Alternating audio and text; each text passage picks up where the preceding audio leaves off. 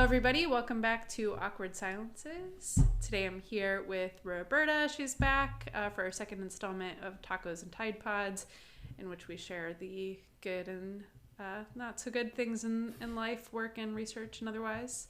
JH is here too. What's up, guys? Hey, how's it going? Doing well. Awesome. We're trying a new platform. We've got video, maybe, depending on how this goes. So let's jump into it. Roberta, give us a taco or a Tide Pod. You start. Yeah, I'll go with the taco. The research team at User Interviews has been rolling out like our research repository over the last few months. And it just feels like over the last few weeks, everything has come together. So that's been really exciting. We're doing like reporting for the team, for JH's team, a number of the PMs. Yeah, and it's like such a beast. I had no idea how much repositories, like how much work it was going into it initially. Lots of lessons learned too. So, yeah. Yeah.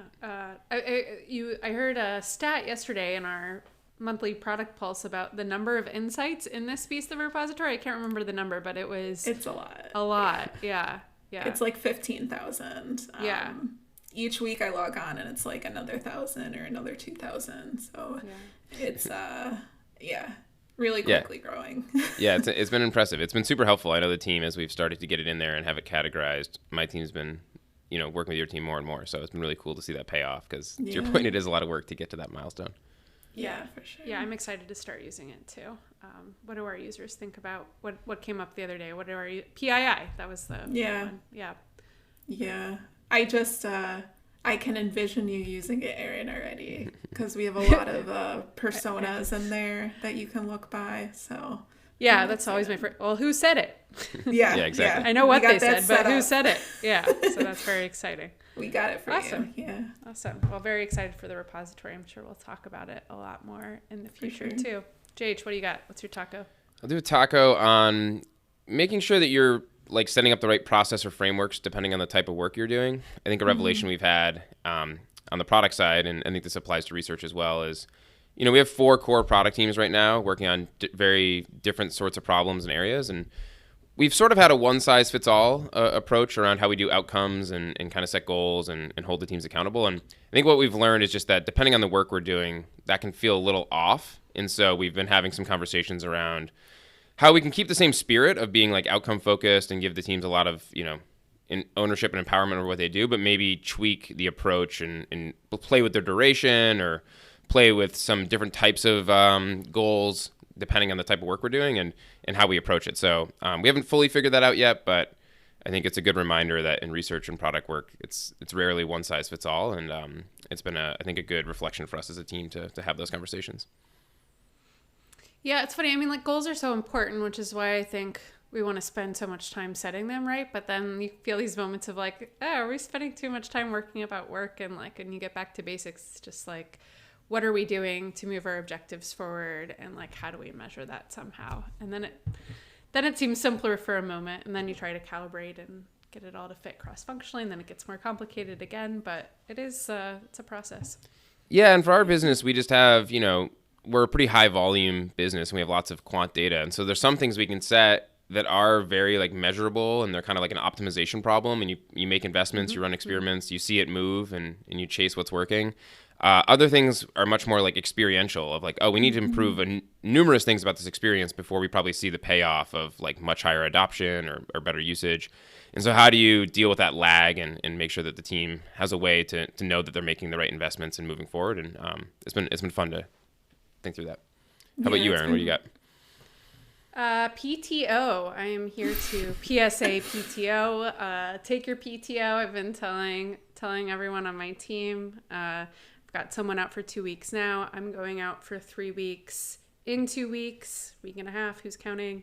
So it's important. It's been a long 2 years with the pandemic, and I think taking vacation is healthy. I've been at User Interviews almost 5 years. And I don't think I've taken more than like a week off. So I'm very, very excited to just really unplug and turn 40 in Italy. Nice. Oh, I didn't realize the birthday was part of it. That's fun. Oh, yeah. There you go. Yeah. Very well deserved. We'll Anytime all be you do a living vacation, vicariously Yeah. Anytime you do a vacation that's more than 1 week, it just feels so different. Like a week vacation is very good, but when you get into like 2 weeks, I've done 1 3-week vacation, and then previous job I had a sabbatical that was ended up being close to 5 weeks. But yeah. Once you get over the week, it's crazy. I'll be a little itchy at first. You know, it takes a couple of days to like get off that Slack email dopamine hit and just enjoy swimming instead. But I think I'll survive. I think I'll get there. So Very cool. PTO, take it. Tide Pods. Who's got a Tide Pod? I can go. It's end of quarter. There's planning going on. It's just a lot all happening. And yesterday morning, the team knows my basement flooded too. So when we were at the Learners Conference, I was talking to one of the members on our team, and he said, I'm just a house cat. And I was just like, oh my gosh, that is the same metaphor for me. I'm very ritualistic, and there's just been a lot of planning, prioritization, traveling going on. So looking forward to just like downtime for the summer, like you're saying, Erin. Yeah. Awesome. House cat time. Yeah. Yes, house cat in the sun. Yes. My Tide Pod. I've been over the last couple weeks trying to do a lot better with being like more intentional with my time and being like, if I could get a couple like focused sprints, throughout the week of like things I need to get done, that'll be great. And I think my own expectations were a little detached from reality. I was like, I could probably get like 6, 7, 8 like focus blocks where I do like heads down work for half hour to an hour. And I actually tracked it last week and like was really diligent about trying to set time aside and do it. And I think I got like 3. And so I think the lesson for me has been, it was actually really helpful to like do that, to like, what do I think I can get done in like a week, and then actually like hold myself accountable and track it, and then be like, okay, I need to like really recalibrate and be a little bit more realistic with how I can spend my time. So going to give myself a Tide Pod for my expectations, but I've learned some stuff. So I think it's like, I don't know, the time optimist is, I think, something you have to really fight against. I don't know a lot of people who lowball how much they think they can get done, particularly productive folks. It's like, I could definitely do that. But you can, I think, counterintuitively end up getting a lot more done if you like set your expectations a little bit lower, give yourself some breathing room.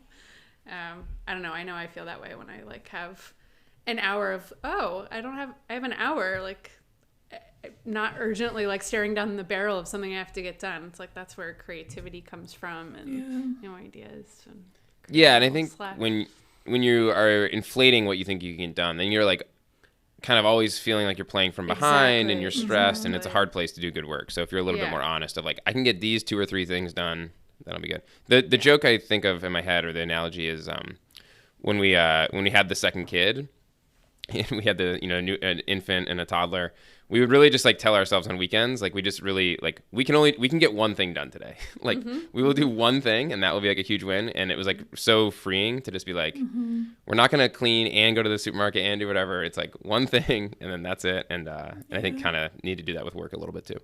Absolutely. Yeah, so true. Essentialism is one of my favorite books that I actually read on a recurring cadence for that very thing. It's just like, simplify as much as possible. Nice. I don't think I've ever reread a book in my life. I have it very rarely, not many. I have so many books out there. Yeah. Essentialism. What else is on your reread list, Roberta? Oof. I read The Alchemist every once in a while. That's a good one. It's usually books because your perspective changes so much, right? And I find that I look at things from different perspectives, or it's like revisiting, like, oh yeah, I need to incorporate this again. I almost don't want to, because like the only books I would want to reread would be my favorite books, and then I would almost certainly, at least I think I would, like them less than when I did when I was like younger, more impressionable, like whatever magic alchemy was there at the time. Yeah. Well, no, who knows? Maybe you find a new way to love it. Also, might not be the whole book. It might just be a chapter. Sure. Yeah. It's weird. Movies are very different in that respect. You know what I mean? Of like when you're a kid and you watch your favorite movie over and over, you like it more and you like know all the words and stuff, but you don't. Books are different. I always I feel like musicians have it the best. Where like everyone just wants to hear you play the hits all the time. So it's like you have a couple awesome songs, and then it's probably annoying for them, but then Very annoying for them. You get to go play those back all the time, and everyone's excited to hear them again. It's like it's a good gig if you have a good catalog of a couple bangers. You're good to go. Yeah, absolutely. Need a couple banger books in my repertoire. What is my Tide Pod? Let's see. I have this written down. Oh yes, the economy. The economy is my Tide Pod. The economy is cyclical, right? I do not claim to be a macroeconomic economist at all by a long shot, but it is cyclical. And COVID, and there was the panic, and then there was everyone staying home and Zoom and order all your stuff at home and e-commerce and this huge boom, and then tech boom, and it's like, is it gonna burst? And no, we're good. So I don't know. I think people are losing their jobs. It's sad. You hate to see it, but hopefully it's quick and we get to the other side of it sooner than later. But so I guess the Tide Pod would be high highs and low lows, and can we find like some stability for our work and our lives and the economy and so on. This is a very non-serious add-on, but I always like doing the like sarcastic tag on to stuff of like, in this economy, like somebody wants you to do something and you're like, in this economy. Oh yeah. It's much funnier to do that when the economy's going well. It's like kind of a downer. It's like, it's much more serious when like, yeah. I'm like, so I gotta put that. It's the economy is stupid. Yeah. I gotta put that joke on the shelf for a little bit. Yeah. Yeah. So how do we get the economy to be a house cat? Just chill economy, chill inflation, chill unemployment. Yeah. But I think hopefully research, we as we know, research is like long term certainly growing and very, very important. But seeing lots of folks kind of figuring out their next steps, and wishing you all luck out there if that's you. Yeah, it is sad to see all the people being affected by layoffs and everything else. Well, we were trying to get this done in time because I know we all have hard stops, but now we have like 6 minutes left. So I don't know. Any other hot things on your mind, folks, this week?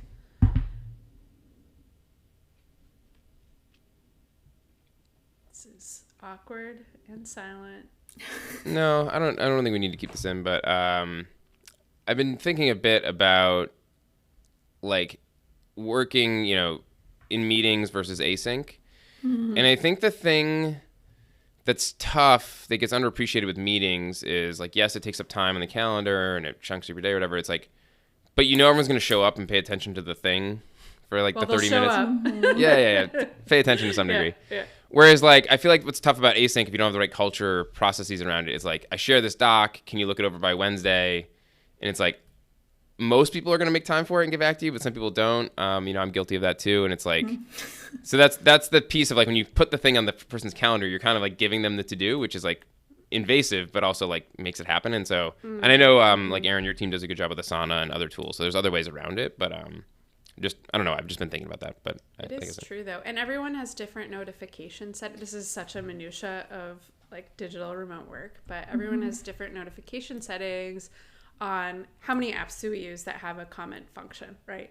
Asana, like all the Google stuff, Figma, Notion, the list goes on and on and on. And then, folks have different settings for how they get notified about stuff they need to comment on. And like, everyone's just supposed to know what everyone's settings are.